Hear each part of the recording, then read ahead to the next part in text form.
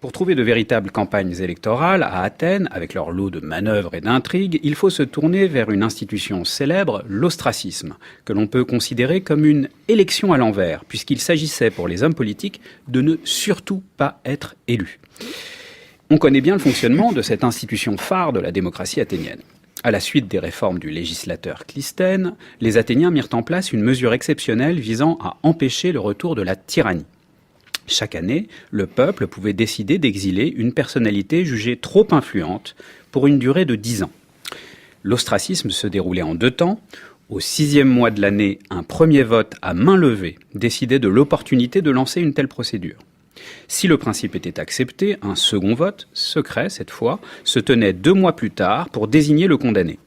Le vote s'effectuait sur des tessons de céramique, ostraca, d'où le nom d'ostracisme, où les citoyens écrivaient le nom de celui qu'ils voulaient ostraciser. L'individu qui recueillait le plus de suffrages était alors exilé, à condition de réunir un quorum d'au moins 6000 votants. Le cas de Thémistocle, le vainqueur de la bataille de Salamine en 480 contre les Perses, est à cet égard éclairant.